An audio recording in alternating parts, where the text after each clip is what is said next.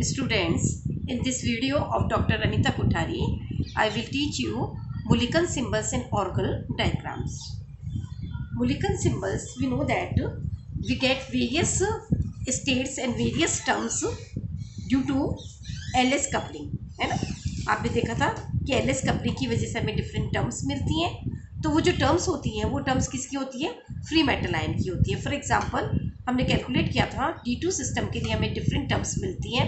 तो डिफरेंट जो टर्म्स होती हैं these terms are of free metal ion. Okay, अब क्या होता है कि जब हम उसको मेटल आयन को लिगेंड के फील्ड में ले जाते हैं तो उनकी जो टर्म्स होती हैं वो फर्दर स्प्लिट अप हो जाती है ना भाई। जैसे सपोज ये हमारी टर्म्स है 3F है, 3P है ना। तो ये जो टर्म्स होती हैं जब लिगेंड के फील्ड में आते हैं these terms get further splitted, right. तो किस तरह से इनकी स्प्लिटिंग होती है और किस तरह से ये डायग्राम बनता है वो मैं आज डिस्कस करूँगी आपसे। ओके, तो सबसे पहले हम लेते हैं मुलिकन सिम्बल्स। मुलिकन सिम्बल्स को समझने के लिए ऐसा करिएगा, आप सबसे पहले टर्म्स लिख लीजिए कि हमने कौन कौन सी टर्म्स पढ़ी हैं। मेनली हमारी टर्म थी SPDF। ओके, ये डिफरेंट टर्म्स हमने पढ़े थे जो कि हमें एलएस कपलिंग की वजह से मिलती है। ओके, जे कपलिंग की वजह से भी ये टर्म मिल सकती है बट लेकिन वो हैवी एलिमेंट्स के केस में होता है, राइट। नाउ अब हम यहाँ लेंगे द वर्ड डीजेनरेसी, डी यानी संभ्रंशता। तो एस जैसे एस ऑर्बिटल एक होती है ना, तो वैसे हम कहेंगे कि इसकी जो डीजेनरेसी होती है वो हो गई हमारी 1। ओके, पी ऑर्बिटल 3 होती है तो पी स्टेट की डीजेनरेसी यानी संभ्रंशता हो गई 3। डी ऑर्बिटल 5 होती है, वैसे डी जो टर्म होती है उसकी भी डीजेनरेसी यानी संभ्रंशता 5 होगी। एफ ऑर्बिटल 7 होती है तो एफ टर्म की जो डीजेनरेसी या संभ्रंशता हो गई वो हो गई 7। ओके, तो इस तरह से हमने ये याद कर लिया कि टर्म्स हो गई SPDF, उनकी डीजेनरेसी 1, 3, 5 और 7 आराम से याद हो गई क्योंकि जैसे S ऑर्बिटल 1 है, P ऑर्बिटल 3 है, D ऑर्बिटल 5 है, F ऑर्बिटल 7 है, उसी तरह से ये जो टर्म्स है उनकी डीजेनरेसी भी इसके अकॉर्डिंगली है। Okay, now look see the Mulliken symbols for these terms. अब हम इनके लिए मुलिकन सिंबल्स देखेंगे, मुलिकन सिंबल्स। ओके, अब ये देखिए कि इसका जो मुलिकन सिंबल है मैं ये बता रही हूँ आपको इन ऑक्टाहेड्रल फील्ड। किसमें बता रही हूँ पहले मैं आपको? ऑक्टाहेड्रल फील्ड में। जब मेटल के चारों तरफ लिखे ऑक्टाहेड्रल फील्ड में आएंगे तो ये टर्म किस तरह से स्प्लिट अप होगी आप देखिएगा। A1G, ये A1G मुलिकन सिंबल मिलेगा इसका। P वाली जो टर्म है इसमें हमें मिलेगा T1G, D के लिए मिलेगा EG plus T2G। Okay, F के लिए हमें मिलेगा T1G, T2G और A2G। ये इसके हमारे मोलिकल सिंबल्स हैं। ओके, तो अब आपको देखो याद रखने का मैं आपको तरीका बताती हूँ। पहली बात तो ये कि सबके आगे यहाँ जी आएगा ऑक्टाहेड्रल फील्ड के अंदर, राइट। अब ये जो टर्म्स हैं इसके मीनिंग एक बार हम देख लेते हैं। टर्म्स ए का मतलब होता है सिंगली डीजेनरेट, सिंगली डीजेनरेट यानी एक संभ्रंश कह सकते हैं। ई मीन्स डबली डीजेनरेट यानी द्विसंभ्रंश, और ट्री का मतलब होता है ट्रिपली डीजेनरेट यानी त्रिसंभ्रंश। यानी ध्यान से सुनिएगा कि जब एक ही तरह की टर्म हो, जैसे एस ऑर्बिटल एक ही होती है तो हम कहते हैं सिंगली डीजेनरेट, एक ही है। ई मीन्स डबली डीजेनरेट, जब दो ऑर्बिटल की एनर्जी सेम हो तो डबली डीजेनरेट। और टी का मतलब क्या होता है? 3 से होता है, राइट। तो जब आपको ये टर्मिनोलॉजी क्लियर हो जाएगी तो ऊपर वाली टेबल भी आपको आराम से समझ में आएगी। A means singly degenerate, E means doubly degenerate और टी मीन्स ट्रिपली डीजेनरेट। तो आप ध्यान से देखिएगा कि एस है, जैसे एस ऑर्बिटल एक होती है, एस टर्म की डीजेनरेसी भी एक होती है, और ए का मतलब क्या हो गया? एक, है ना। ए का मतलब क्या होता है? Singly degenerate. ओके, अब जैसे पी ऑर्बिटल 3 होती है तो पी टर्म हमारे पास कितनी हो गई? 3 हो गई, है ना। तो यहाँ पे मैंने टी लगाया, टी का मतलब ट्रिपली डीजेनरेट। ओके, डी हमारे पास 5 होती है ना। तो 5 में आप देखिए इसको 2 में हमने मुलिकन सिंबल में बांटा है, ईजी और T2G। ओके, तो ई का मतलब हो गया 2 से और टी का मतलब किससे हो गया? 3 से। तो 2 + 3 कितने हो गए? 5 हो गए ना। तो ये आ गया आपका डी ऑर्बिटल की स्प्लिटिंग पैटर्न। ओके, अब यहाँ पर आप ये और देखिए, आप इसको ऐसे भी याद रख सकते हो। जब CFT में आपने पढ़ा था EG ऑर्बिटल और T2G ऑर्बिटल, है ना, तब हम क्या लिखते हैं? स्मॉल सिंबल्स लिखते हैं, EG and T2G small letter में। ओके, यहाँ हम कैपिटल लेटर वहाँ पे इस तरह से लिखते हैं ना EGNT2G, याद आया? ओके, तो यहाँ पर हम ये लिखते हैं कैपिटल लेटर में। ओके, अब F होती है 7 ऑर्बिटल्स होती हैं, तो देखिएगा T1G, T2G और A2G। ओके, तो T मतलब 3, फिर T मतलब 3 और A का मतलब कितना हो गया 1, तो 3 + 3 + 1 यानी 7। तो ये पैटर्न आपको मेरे ख्याल से आराम से समझ में आया होगा कि किस तरह से हमने मूल्यांकन जो सिंबल्स हैं वो लिखे हैं इन टर्म्स के लिए। Got it? ये देखिए, अब देखिए यही मूल्यांकन सिंबल्स है वो मैं लिखूंगी किसके लिए? Mulliken symbols for tetrahedral field of ligands, चतुष्फलकीय संकुलों के लिए, टेट्राहेड्रल फील्ड ऑफ लिगेंड्स के लिए करूंगी। तो आप देखिए मैं क्या कर रही हूँ, आप नोट करिएगा। यहाँ पर मैं लिखूंगी केवल A1, यहाँ लिखूंगी T1, यहाँ E + T2 and here it is T1 + T2 + A2। Note that here I have omitted the this subscript G, मैंने G ओमिट किया है ना? टेट्राहेड्रल केस में और ऑक्टाहेड्रल में हमने G लगाया है, क्योंकि टेट्राहेड्रल ज्योमेट्री में there is no centre of symmetry, so this word is not proper for this tetrahedral geometry, right? So this is all about the मूल्यांकन symbols। तो आप ध्यान से सुनिएगा मेरी बात और कंसंट्रेट करिए कि जब हमने LS कपलिंग पढ़ी थी तो आपने देखा था कि हमें बहुत सारे टर्म्स मिले थे, बहुत सारे पद मिले थे, और वो पद किसके लिए थे? स्वतंत्र धातु आयन के थे। ओके, अब हम स्वतंत्र धातु आयन के पास में लिगेंड लेकर आएंगे और उससे हम कॉम्प्लेक्स फॉर्मेशन करेंगे। ओके, तो जब हम कॉम्प्लेक्स फॉर्मेशन करेंगे तो आप ये देखिएगा कि ये जो टर्म्स होती हैं वो मूल्यांकन सिंबल के अकॉर्डिंग फर्दर स्प्लिट अप हो जाएगी। ओके, तो ये स्प्लिटिंग पैटर्न हम पढ़ेंगे under the heading Orgel diagram. Okay, now what is the Orgel diagram? Orgel diagram क्या होता है, राइट? तो आप पॉइंट वाइज लिखिएगा। Number 1 point, Orgel diagram is a correlation diagram between the state of energy versus field strength of ligand, that is orgel diagram is a correlation diagram, एक सहरेखा चित्र होता है in between the energy of terms increasing in centimeter inverse versus the crystal field strength, crystal क्षेत्र प्रबलता also in centimeter inverse, in this way. Got it? So this is the first point. Not that what I am telling you, this is a correlation diagram. ये एक सहरेखा चित्र है between the energy of terms, जो terms है उसकी ऊर्जा centimetre inverse में versus dq also in centimeter inverse, that is the crystal field strength of the ligand. Okay, so this is the first point of orgel diagram. Second point, in orgel diagram only weak field ligands are considered. Not that point.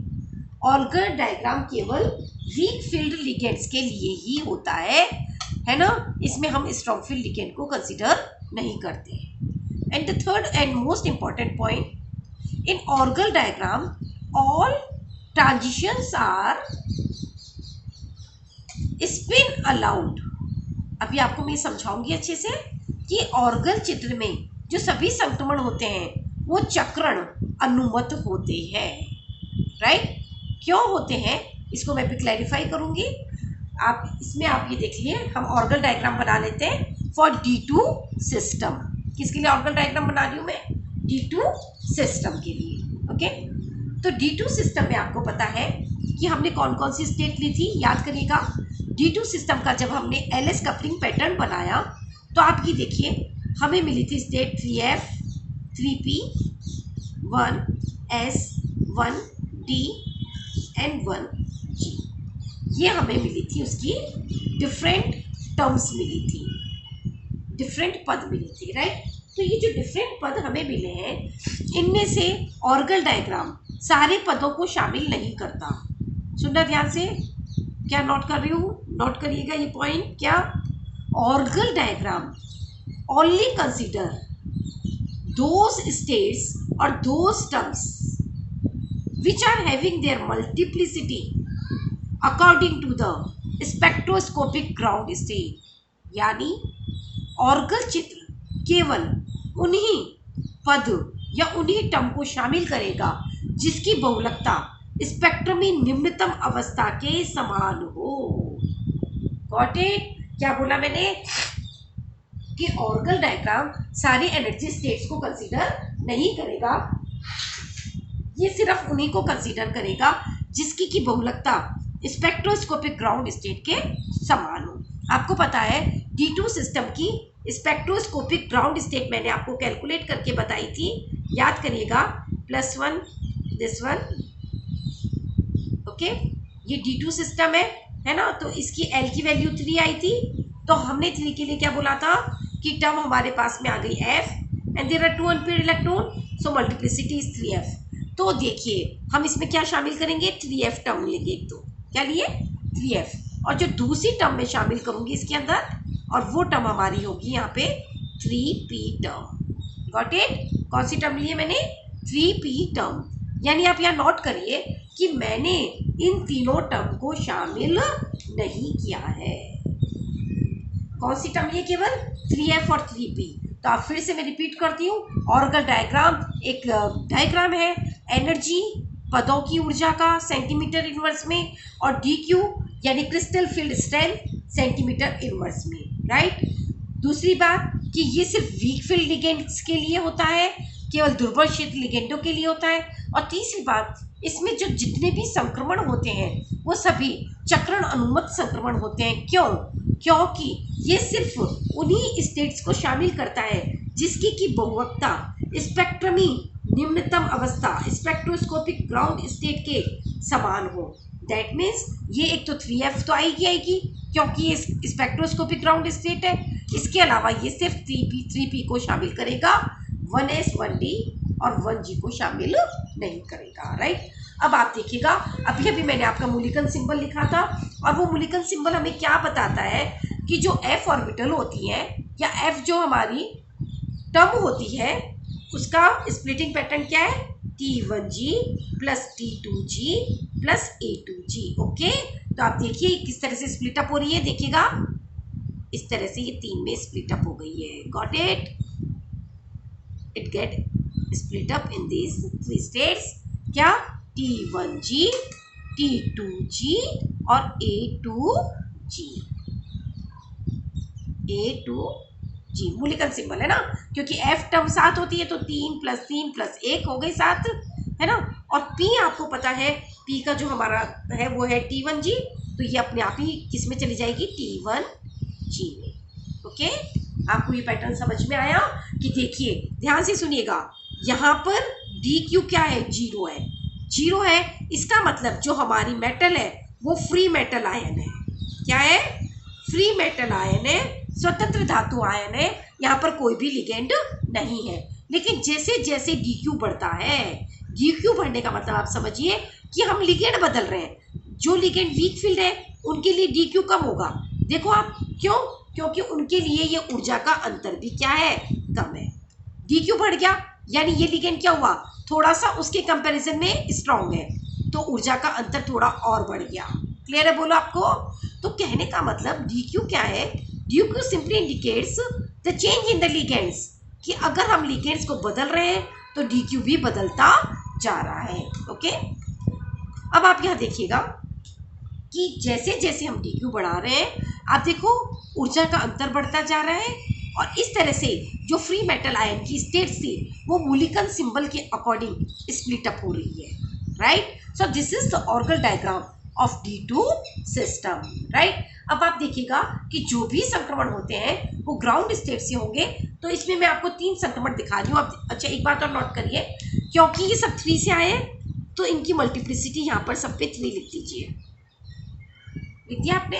अब आप देखिए कि सारे जो transition होते हैं वो ground state से होते हैं। तो पहला ट्रांजिशन ये हो गया, देखिए, दूसरा transition, got it, and this is the third transition. ये 3 संक्रमण ये बताएंगे हमको। आ गई आपको मेरी बात समझ में, है ना। अब एक चीज और नोट करिएगा कि कि देखो ये भी T1G है और ये भी T1G है। ओके, तो इसको डिफ्रेंशिएट करने के लिए, क्योंकि ये F से आई है, मैं लिख देती हूँ ब्रैकेट में F। क्या लिख दिया? F। और ये P से आई है तो मैंने ब्रैकेट में क्या लिख दिया? P। ओके, अब आप देखिए कि मैंने आपको जो बोला वो पॉइंट आप नोट करिएगा। मैंने क्या बोला कि ऑर्गल डायग्राम में जितने भी ट्रांजिशंस होते हैं वो क्या होते हैं? स्पिन अलाउड ट्रांजिशंस होते हैं। जितने भी संक्रमण होते हैं वो स्पिन अलाउड होते हैं, चक्रण अनुमत होते हैं। किस तरह से देखिएगा, पहला संक्रमण कहाँ से कहाँ हुआ, देखिए आप नोट करिए। पहला ट्रांजिशन T1G F से लेकर के हुआ है इसके अंदर, किसमें? 3T2G में हुआ ना, देखिए आप इसके अंदर। ओके, सेकेंड ट्रांजिशन सारे इसी से हो रहे हैं, T1G F से। ओके, ये हुआ है 3T2G 3A2G में, देखिएगा 3A2G में, 3A2G में। ओके, और तीसरा ट्रांजिशन हुआ है 3T1G F से 3T1G P के अंदर। आपको बात समझ में आई? क्या हुआ कि इस तरह से 3 ट्रांजिशंस हुए हमारे पास में। यानी अगर हम D2 सिस्टम का कोई स्पेक्ट्रा देखें तो हमें उसमें 3 पीक्स मिलनी चाहिए। कितनी पीक्स मिलनी चाहिए? 3 पीक मिलनी चाहिए corresponding to these 3 transitions. Okay, अब आप यहाँ नोट करिएगा कि ये सारे संक्रमण किससे किस में हो रहे हैं? ट्रिपलेट से ट्रिपलेट में हो रहे हैं। आप ये देखिए, ये क्या है? Triplet triplet triplet triplet triplet triplet, है ना। तो जो स्पिन अपना सिलेक्शन रूल है वो यही तो कहता है, वो ये कहता है कि transition of electron should be from triplet to triplet. Electron का संक्रमण ट्रिपलेट से ट्रिपलेट में होना चाहिए और सिंगलेट से सिंगलेट में होना चाहिए, राइट। तो यहाँ आप देखिए ये ट्रिपलेट से ट्रिपलेट में हो रहा है, और इसीलिए मैंने आपको क्या वर्ड बोला कि all transitions in Orgel diagrams are spin allowed. सारे के सारे स्पिन अलाउड है। और क्यों स्पिन अलाउड है बताइए? क्यों? क्योंकि ये केवल वही टर्म को शामिल करती है जिसकी की बहुवक्ता स्पेक्ट्रम में निम्नतम अवस्था के समान हो। यानी जो 3F के समान बहुवक्ता रखेगा वो है 3P। तो इसने केवल 3P को शामिल किया, बाकी स्टेट को शामिल नहीं किया। ओके, अगर ये सपोज बाकी स्टेट को शामिल करती तो what will happen? Look here, तो क्या होता? ट्रांजिशन कहाँ से होता है पता है? स्पेक्ट्रोस्कोपिक ग्राउंड स्टेट से होगा। तो आप देखिए कहाँ से कहाँ होता? 3F से ट्रांजिशन होता, किस में होता? 1S में होता ना। इसके अलावा 3F से ट्रांजिशन किस में होता? 1D में होता। और 3F से ही ट्रांजिशन किस में होता? 1G के अंदर होता। तो आप देखो, ये ट्रिपलेट है, ये क्या है? सिंगलेट है। ये ट्रिपलेट है, ये क्या है? सिंगलेट है। ये ट्रिपलेट और ये सिंगलेट। तो ऐसा कोई भी ट्रांजिशन अलाउड नहीं है। ये सारे ट्रांजिशंस क्या है?